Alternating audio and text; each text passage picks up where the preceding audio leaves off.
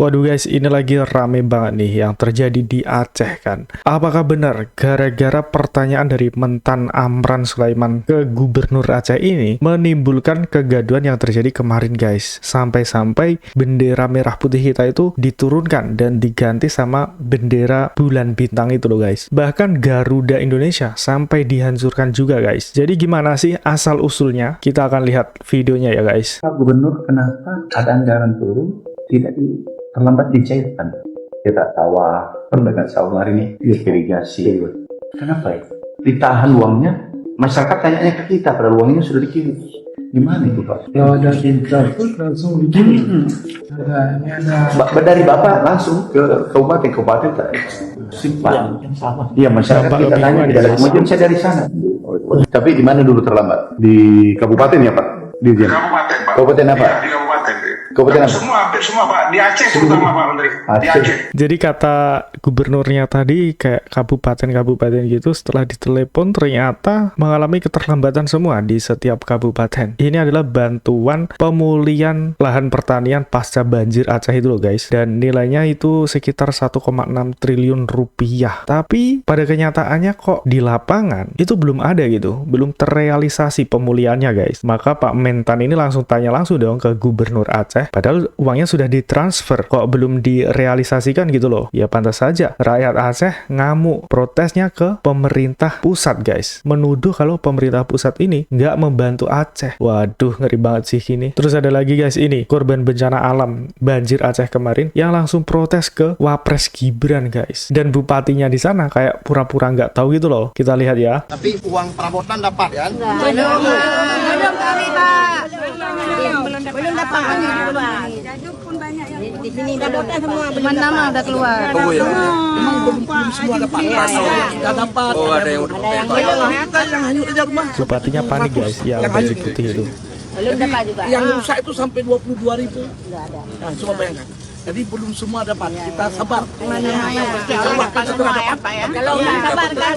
Ketar-ketir dia guys. Sudah berapa bulan sih itu? Bencana Aceh kayaknya udah lama banget sih. Tapi kok bantuannya nggak turun-turun gitu loh. Nggak secepat daerah lain guys. Apakah ini termasuk salah satu cara untuk memprovokasi gitu? Soalnya kan masyarakat Aceh selama ini bahkan pas banjir kemarin aja loh. Itu ribut banget guys. Menyalahkan pemerintah pusat guys. Padahal mereka nggak tahu. Atau memang pura-pura tidak tahu ya. Kalau masalahnya itu sebenarnya ada di Pemda mereka guys. Pernah dengar daerah super kaya tapi warganya miskin? Nah, hari ini kita bongkar paradoks ekonomi yang bikin geleng-geleng kepala. Coba lihat ini, dana otonomi khusus tembus 47,6 triliun rupiah. Tapi kok angka kemiskinannya masih mandek di 14%? Aneh kan? Bayangkan, dari 2015 sampai 2020, Aceh diguyur puluhan triliun rupiah.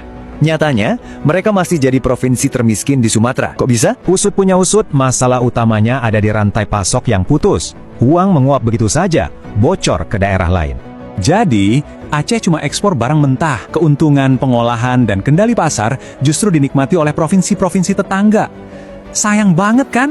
Ini jadi bukti nyata kalau teori efek menetes ke bawah gagal total di sektor ekstraktif yang padat modal.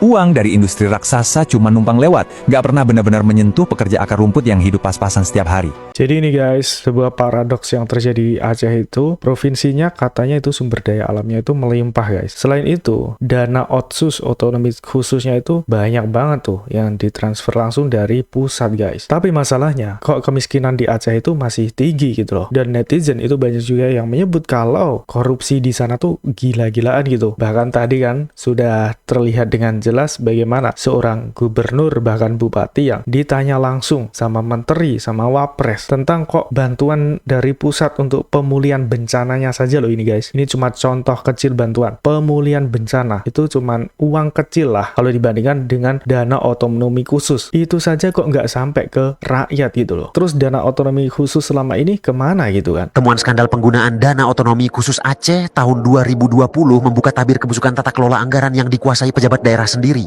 Anggaran triliunan yang sejatinya ditujukan untuk mengentaskan kemiskinan dan membangun Aceh justru ditilep demi membiayai gaya hidup elit birokrasi. Badan Anggaran DPRA membongkar praktik amoral di mana dana otsus bancakan dipakai membeli mobil dinas baru hingga fasilitas kemewahan aparatur. Ironi besar terjadi ketika pejabat putra daerah Tega melanggar Kanun Nomor 1 tahun 2018 demi mengamankan kenyamanan pribadi di atas penderitaan rakyat. Di saat anggaran fasilitas pejabat dipaksakan cair, dana untuk program kesejahteraan rakyat justru sengaja dibiarkan mengendap menjadi silpa. Praktik koruptif gaya halus ini membuktikan bahwa musuh terbesar kesejahteraan rakyat Aceh kerap datang dari keserakahan penguasa lokalnya sendiri. Penyelewengan dana otsus harus diusut tuntas, tarik seluruh fasilitas mewah hasil bancakan dan seret oknum pejabat penikmat uang rakyat ke jalur hukum. Tuh kan guys, ini tuh juga paradoks lagi nih buat Aceh. Sudah dikasih dana otsus yang sangat besar kan dari pusat, tapi kok daerahnya begitu-begitu saja guys. Kemiskinannya juga masih tinggi. Dan masalahnya guys, kalau misalnya dana otonomi khususnya ini dikurangi, mereka langsung kibarkan bendera bulan bintang dong. Ngeri banget sih. Bahkan sempat-sempatnya ya guys, pas banjir kemarin kan juga mereka memprovokasi guys, mengibarkan bendera bulan bintang. Kok bisa gitu ya guys? Nah, ini ada beberapa komentar dari netizen yang bilang kalau ketika ketahuan kalau dana otonomi khusus dan juga dana bantuan dari pusat diselewengkan, mereka teriak pengen merdeka guys. Terus ini juga ada yang komentar, ini miris sih, katanya Serambi Mekah kok korup. Aduh, memang perlu diusut tuntas nih, kemana sih sebenarnya dana otsus Aceh ini? Apakah benar digunakan untuk kesejahteraan rakyat? Tapi mana buktinya gitu loh.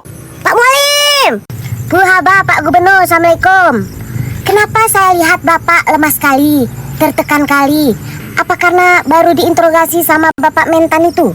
Apa karena salah satunya ini guys, beliau ini punya 4 pasangan ya. Tapi ini cuma spekulasi ya, spekulasi netizen ya. Nah, kita baca-baca ya komentar netizen. Tapi rakyat Aceh pada nggak terima, mereka tetap salahin pusat, malah bilang menterinya Prabowo yang salah data guys. Waduh. Dan ini dia, ada sebuah fakta kalau ternyata pusat itu telah memberikan 40,45 triliun guys ke Aceh. Sementara Aceh, pendapatan Aceh ke pusat itu cuma berapa? 5,2 triliun. Jadi Aceh itu transfer ke pusat 5,2 triliun. Terus Jakarta memberi Aceh itu 40,45 triliun guys. Selisihnya itu gede banget. Jadi lebih banyak yang diterima Aceh tuh. 35,25 triliun. Sebesar itu sih dana otsus Aceh guys. Tapi ngeri-ngeri sedap sih kalau memang gara-gara pertanyaan Pak Menteri Amran kemarin bikin Aceh ini marah guys. Apa yang dilakukan selanjutnya nih? Apakah pengibaran bendera bulan bintang ini dan kerusuhan yang terjadi kemarin merupakan salah satu bentuk kemarahan pemerintah mereka guys? Yang lagi rame nih guys, peringatan Hari Damai Aceh berakhir ricuh, bendera bulan bintang berkibar dan masa aksi pukul mundur kepolisian.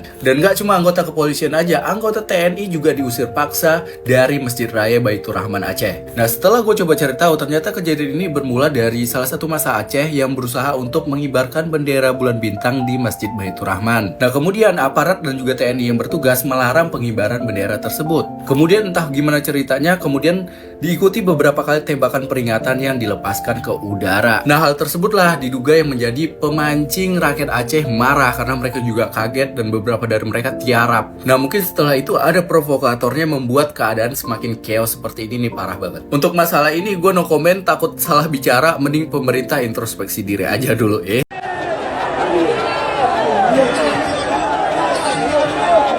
Memperingati hari perdamaian Aceh ya guys, tapi dilakukan dengan kayak gini gitu loh, bahkan sampai merusak simbol negara Indonesia. Ini ada komentar yang menarik nih guys, waktu bencana dibantu pemerintah balasannya gini, nggak dibantu marah-marah, katanya masih Indonesia. Wah, ini emang sebuah dilema ya guys ya, kalau memang playing victim itu nggak habis-habis guys.